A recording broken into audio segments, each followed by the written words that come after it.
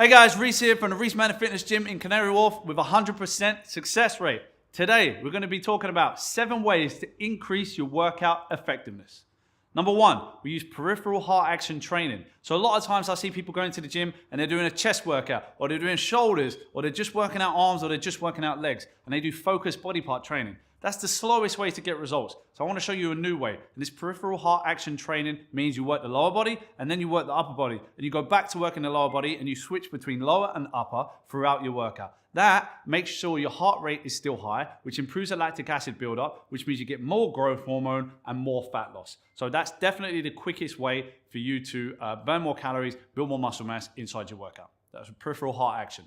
Number 2, caffeine pre-workout. Caffeine is a stimulant, so you don't really want to use it at any other time. I like to use it just before you work out, and it's really, really effective at making your workout more intense. So be careful if you're someone who's really, really stressed out. That's not a good idea. You don't really want to make your workouts too intense if you don't need them to be. But for a lot of people, adding caffeine pre-workout makes it so much more effective. So that's number 2, caffeine.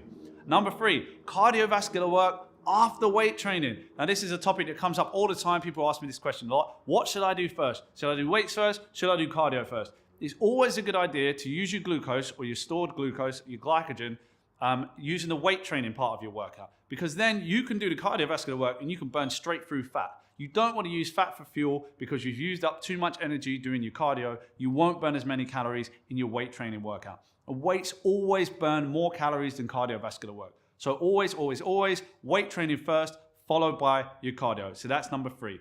Number 4, you want to lift the heaviest weight possible. Why? Because the heavier weight, the more calories you burn. You don't want to start lifting 2 kilos and then try to lift 20 kilos after. Because what you do is you end up burning out all the small muscle fibers and then you can't activate the larger muscle fibers. But once you activate the larger muscle fibers, you can go back to activating the small ones. But it doesn't work the other way around. So make sure you lift the heaviest weights possible to start, and then you go to the smaller weights afterwards. So that's number 4.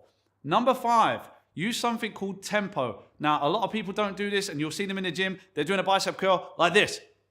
This is the worst way to do it, okay? What we call time under tension is really, really important, especially when you're looking at building muscle. So if you're looking at building legs and building glutes, especially, you want time under tension. So for example, you might bring the weight up for 1 second and come down for 4. And that loads what we call the eccentric portion of the lift, which makes your workout so much more effective because your time under tension is improved. So that's really, really important. Add in tempo training into your workout. It makes a huge difference. That's number 5.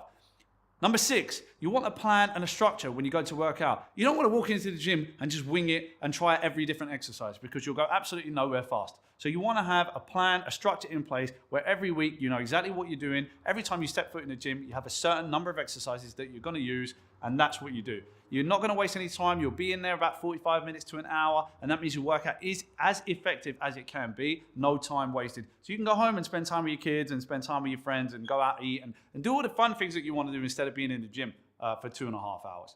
And the last one, and one of the most important ones, is I want you to record everything that you're doing. So if you go in one day and you lift 10 kilos, next time you go in, I want you to lift 11 kilos. And after that, you should be able to lift 12 kilos and 13 and etc. So every time you go into the gym, you should lift something slightly heavier, or you should do it slightly more volume in your workout. If you do that over time, you're going to progress much quicker and you're going to get the results you want. If you like this video, please like below, and don't forget to check out our glute program, which I'll pop a link below so that you can see as well.